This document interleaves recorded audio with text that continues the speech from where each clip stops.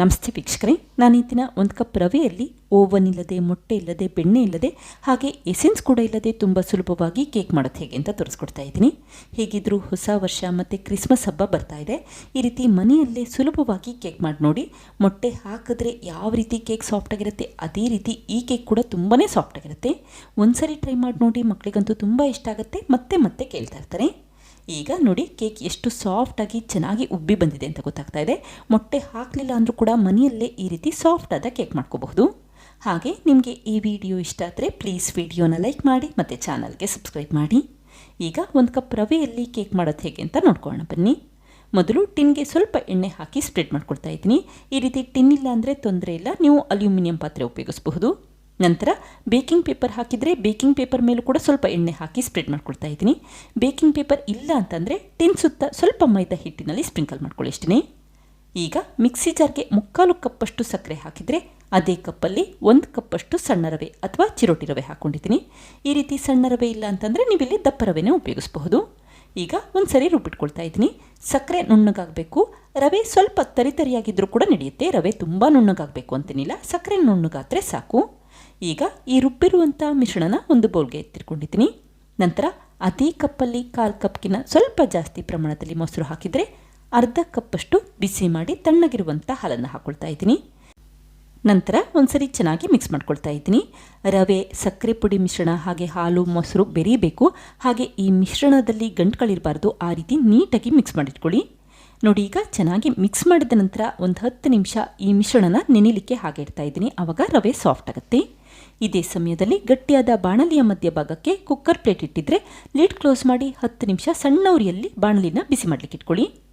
ಈಗ ರವೆ ಕೂಡ ಚೆನ್ನಾಗಿ ನೆಂದಿದೆ. 10 ನಿಮಿಷ ನೆನೆಸಿಟ್ಕೊಂಡ್ರೆ ಸಾಕು. ಹಾಗೆ ರವೆ ಮಿಶ್ರಣ ಈ ರೀತಿ ಗಟ್ಟಿಯಾಗಿದೆ ಅಂತಂದರೆ ಚೆನ್ನಾಗಿ ನೆಂದಿದೆ ಅಂತ ಅರ್ಥ. ತಕ್ಷಣವೇ ಜರಡಿ ಇಟ್ಕೊಳ್ತಾ ಇದ್ದೀನಿ. ನಂತರ ನಾನಿಲ್ಲಿ ಅರ್ಧ ಕಪ್ಪಷ್ಟು ಮೈದಾ ಹಿಟ್ಟು ಹಾಕ್ಕೊಳ್ತಾ ಇದ್ದೀನಿ. ನಿಮಗೆ ಮೈದಾ ಹಿಟ್ಟು ಬೇಡ ಅಂತಂದರೆ ಅರ್ಧ ಕಪ್ಪಷ್ಟು ಗೋಧಿ ಹಿಟ್ಟನ್ನು ಕೂಡ ಉಪಯೋಗಿಸಬಹುದು. ಈ ರೀತಿ ಮೈದಾ ಹಿಟ್ಟನ್ನು ಒಂದ್ಸರಿ ಜರಡಿ ಮಾಡ್ಕೊಳ್ಳೋದ್ರಿಂದ ಸಣ್ಣ ಪುಟ್ಟ ಗಂಟುಗಳಿದ್ರೆ ಅದೆಲ್ಲ ಉಟ್ಕೊಳ್ಳುತ್ತೆ ಅಂತಷ್ಟೇ. ಈಗ ಮತ್ತೆ ಒಂದ್ಸರಿ ಚೆನ್ನಾಗಿ ಮಿಕ್ಸ್ ಮಾಡಿಟ್ಕೊಳ್ಳಿ. ಮೈದಾ ಹಿಟ್ಟು ಹಾಕೋದ್ರಿಂದ ರವೆ ಮಿಶ್ರಣದಲ್ಲಿ ಚೆನ್ನಾಗಿ ಬೆರೆತಿರುತ್ತೆ ಮತ್ತು ಕೇಕ್ ಕೂಡ ಪೀಸ್ಗಳು ಪರ್ಫೆಕ್ಟಾಗಿ ಬರುತ್ತೆ ಅಂತಷ್ಟೇ.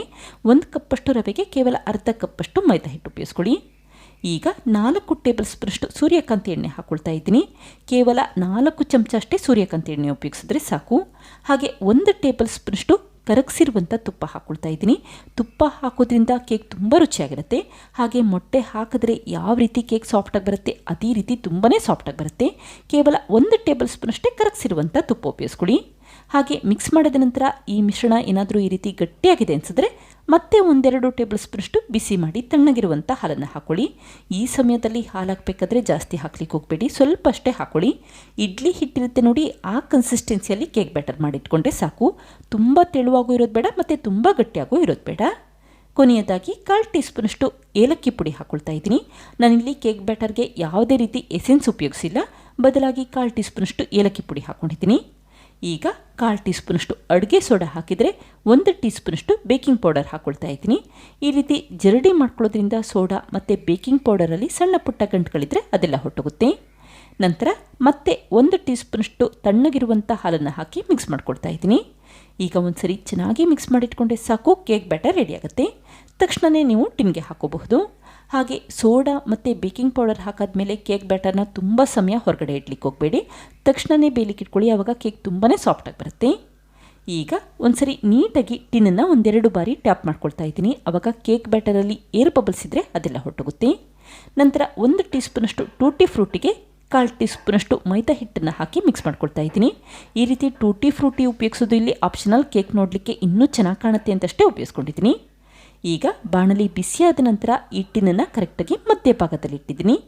ನಂತರ ಲಿಡ್ ಕ್ಲೋಸ್ ಮಾಡಿ 35ರಿಂದ 45 ನಿಮಿಷ ಸಣ್ಣ ಉರಿ ಅಥವಾ ಲೋ ಫ್ಲೇಮಲ್ಲಿ ಇಟ್ಕೊಂಡು ಕೇಕ್ನ ಬೇಯಲಿಕ್ಕೆ ಇಟ್ಕೊಳ್ಳಿ. ಈಗ ನೋಡಿ 45 ನಿಮಿಷ ಆಗಿದೆ.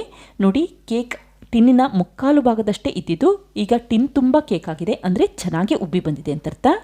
ಈ ರೀತಿ ಒಂದು ಟೂತ್ ಪಿಕ್ ಹಾಕಿದ್ರೆ ಕೇಕ್ ಅಂಟುತ್ತಾ ಇಲ್ಲ ಅಂತಂದರೆ ಚೆನ್ನಾಗಿ ಬೆಂದಿದೆ ಅಂತ ಅರ್ಥ. ತಕ್ಷಣವೇ ಸ್ಟವ್ ಆಫ್ ಮಾಡಿಕೊಂಡು ಟಿನ್ನನ್ನು ಹೊರಗಡೆ ಎತ್ತಿಟ್ಕೊಳ್ಳಿ. ಅಕಸ್ಮಾತ್ ಕೇಕ್ ಏನಾದರೂ ಈ ಟೂತ್ ಪಿಕ್ಕಿಗೆ ಅಂಟ್ಕೊಳ್ತಾ ಇದೆ ಅನಿಸಿದ್ರೆ ಮತ್ತೆ ಒಂದು 5 ನಿಮಿಷ ಸಣ್ಣ ಉರಿಯಲ್ಲಿಟ್ಟು ಬೇಯಲಿಕ್ಕೆ ಇಟ್ಕೊಳ್ಳಿ. ಈಗ ಕೇಕ್ ಚೆನ್ನಾಗಿ ತಣ್ಣಗಾದ ನಂತರ ಈ ರೀತಿ ಚಾಕುವಲ್ಲಿ ನಿಧಾನಕ್ಕೆ ಎಡ್ಜಸ್ನ ಬಿಡಿಸಿಟ್ಕೊಂಡಿದ್ದೀನಿ. ಹಾಗೆ ಈ ಟಿನ್ನನ್ನು ಒಂದು ಪ್ಲೇಟ್ ಮೇಲೆ ಉಲ್ಟಾ ಮಾಡ್ಕೊಳ್ತಾ ಇದ್ದೀನಿ. ನಂತರ ನಿಧಾನಕ್ಕೆ ಈ ಬೇಕಿಂಗ್ ಪೇಪರ್ನ ತೆಗೆದಿಟ್ಕೊಳ್ಳಿ. ನೋಡಿ, ಕೇಕ್ ಹಿಂಭಾಗ ಮತ್ತು ಕೇಕ್ ಸುತ್ತ ಎಷ್ಟು ಚೆನ್ನಾಗಿ ಒಂದೊಳ್ಳೆ ಬಣ್ಣ ಬಂದಿದೆ ಅಂತ ಗೊತ್ತಾಗ್ತಾ ಇದೆ. ಓವನಲ್ಲಿ ಬೇಯಿಸಿದ್ರೆ ಯಾವ ರೀತಿ ಕೇಕ್ ಬಂದಿರುತ್ತೆ ಅದೇ ರೀತಿ ಬಾಣಲಿಯಲ್ಲೂ ಕೂಡ ಕೇಕ್ ಮಾಡ್ಕೋಬಹುದು. ನಿಮಗೇನಾದರೂ ಗಟ್ಟಿಯಾದ ಬಾಣಲಿ ಇಲ್ಲ ಅಂತಂದರೆ ನೀವು ಕುಕ್ಕರ್ ಉಪಯೋಗಿಸ್ಕೊಳ್ಳಿ ಅಷ್ಟೇ. ನೋಡಿ, ಕೇಕ್ ಒಳಭಾಗ ಎಲ್ಲ ಎಷ್ಟು ಚೆನ್ನಾಗಿ ಬೆಂದಿದೆ ಅಂತ ಗೊತ್ತಾಗ್ತಾ ಇದೆ. ಚೆನ್ನಾಗಿ ಉಬ್ಬಿ ಬಂದಿದೆ ಮತ್ತು ಕೇಕ್ ಕೂಡ ತುಂಬಾ ಸಾಫ್ಟಾಗಿರುತ್ತೆ.